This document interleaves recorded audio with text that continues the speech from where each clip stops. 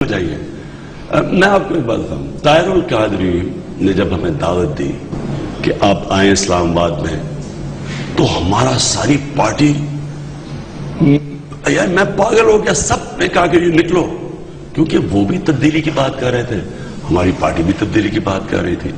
انہوں نے جب دھرنا دیکھا لوگ سارے, میں ہمارا یوتھ, ہماری آئی ایس ایف, ہمارے تبدیلی رضاکار جو بھی ہمارے تھے, یہ سارے ہماری ووٹ تو تبدیلی کی ہے. ان سب نے ہمیں کہا کہ جی چلیں آپ. ہم نے کیوں اتنا پریشر ریزسٹ کیا کہ طاہر القادری میں ہمارے میں کیا فرق تھا. وہ یہ کہہ رہے تھے کہ الیکشن کے ذریعے تبدیلی نہیں آ سکتی. انہوں نے کہا یہ اتنا کرپٹ پروسیس ہے, اس کے لیے تبدیلی نہیں آ سکتی. اور انہوں نے پہلی دفعہ پوائنٹ آؤٹ کیا کہ فخر الدین ابراہیم تو ایک ہے, نیچے تو پولیٹیکل اپوائنٹیز کر دیے انہوں نے. دیکھیں نا, انہوں نے پولیٹیسائز کر دیا. آپ کے جو الیکشن کمیشن ہونے چاہیے تھے وہ تو ججز نے کرنے چاہیے تھے, سٹنگ ججز ہونے چاہیے تھے. انہوں نے پکڑ کے اپنے اپنے فیصلے کر لیے کون کون ہوگا. نے طاہر القادری کی بات نہ ماننے پر پچھتاوے کا اظہار بھی کیا. ان کا کہنا تھا کہ طاہر القادری درست تھے, تحریک انصاف نے ان کا ساتھ نہیں دیا. طاہر القادری کے ساتھ صرف تحریک انصاف اس لیے نہیں نکلی تھی یہاں کانسٹیٹیوشن ایونیو پہ کیونکہ ہم نے کہا تھا کہ آزاد عدلیہ کے نیچے الیکشن صاف اور شفاف ہوگا اور الیکشن کے ذریعے چینج آئے گی. طاہر القادری صاحب کہہ رہے تھے کہ سسٹم اتنا کرپٹ ہے کہ الیکشن کے ذریعے چینج نہیں آ سکتا.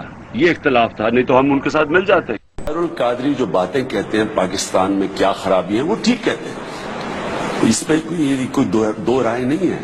انہوں نے صحیح پریڈکٹ کیا, ہمارے سے غلطی ہوئی. ہمارے سے غلطی یہ ہوئی, انہوں نے کہا کہ الیکشن فری اینڈ فیئر نہیں ہوگا. ہم سمجھے الیکشن فری اینڈ فیئر اس لیے ہوگا کہ پہلی دفعہ ایک آزاد عدلیہ کے نیچے پہلی دفعہ پاکستان میں الیکشن ہونے جا رہا تھا اور ہم نے اس آزاد عدلیہ کا سوچا کہ اس کے ہوتے ہوئے دھاندلی نہیں ہوگی. یہ بہت بڑی غلطی ہمارے سے اس لیے ہوئی کہ ہم سمجھے کہ چودھری افتخار دھاندلی نہیں ہونے دیں گے. اللہ الحق ہے, سچ سامنے آ گیا ہے. جس میں آپ اور طاہر القادری ایک اسٹیج پر بیٹھے ہوں انقلاب کے لیے یا اس حکومت کو ہٹانے کے لیے, کوئی ایسا موقع ہے؟ یہ ہو سکتا ہے. آپ خود کہہ رہے ہیں کہ ایسا وقت آ سکتا ہے کہ آپ اور طاہر القادری مل کر, مگر میں بڑا ٹو دا پوائنٹ جواب آپ سے ایکسپیکٹ کر رہا ہوں. آپ کھلی بات کرتے ہیں اور عوام کے لیے کہ آپ جینوئنلی ڈاکٹر طاہر القادری کی شخصیت میں ایک انقلابی لیڈر دیکھتے ہیں کہ ڈاکٹر طاہر القادری صاحب میں آپ کو لگتا ہے یہ وہ انقلابی آدمی ہے جس کے ساتھ آپ اسٹیج پر بیٹھے ہوں؟ میں اتنا جانتا ہوں کہ جو طاہر القادری میرے سے بہتر ناپ تول کے بات کرتے ہیں.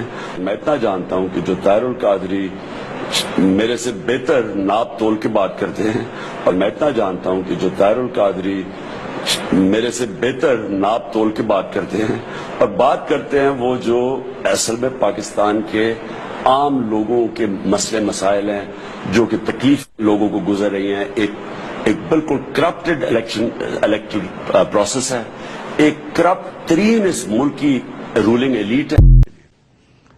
تو جب ڈاکٹر طاہر القادری نے سب کو کہا کہ یہ الیکشن یہاں الیکشن سے چینج نہیں آ سکتا کیونکہ پروسیس بالکل کرپٹڈ ہے, اس کو پہلے ٹھیک کرو, تو ہمیں انہوں نے کہا کہ ساتھ ہمیں دعوت دی کہ یہاں آؤ اسلام آباد میں. ہمارے سب نوجوان آنا چاہتے تھے لیکن ہم اس لیے نہیں گئے کہ ہم نے کہا کہ پہلی دفعہ آزاد عدالتوں کے نیچے الیکشن ہو رہا ہے اور ہمیں فخر الدین ابراہیم پہ اعتماد تھا.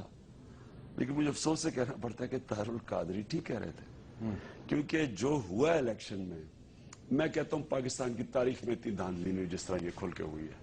اور یہ ہم نے آپ کے سامنے جو یہ 2000 رکھ لیں کہ الیکشنوں سے کبھی اس ملک میں انقلاب نہیں آئے گا. انقلاب کے لیے اس ملک کے سیاسی نظام کے خلاف ایک بغاوت کی ضرورت ہے.